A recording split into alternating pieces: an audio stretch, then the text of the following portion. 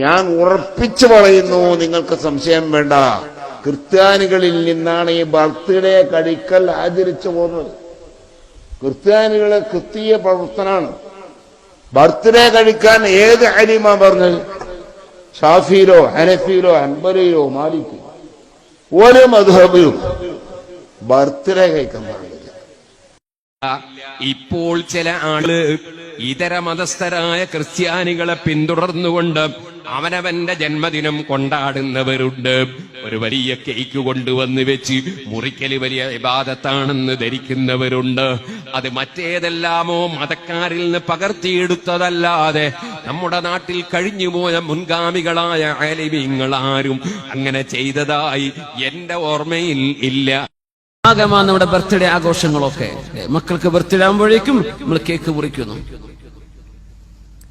Cake മുറിക്കുക നമ്മുടെ ആചാരാണോ? അത് ആരാ കൊണ്ടുവന്നത്?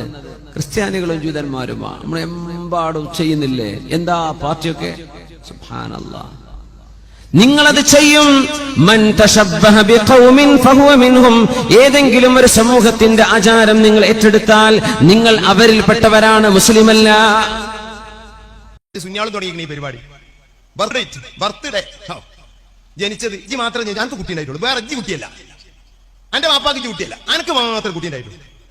എന്തോ സാധനം അറിയില്ല കുട്ടി. ഈ കുട്ടിപ്പം ലൗഹുൽ മഹ്ഫൂദിൽ ഇറങ്ങിയതാ.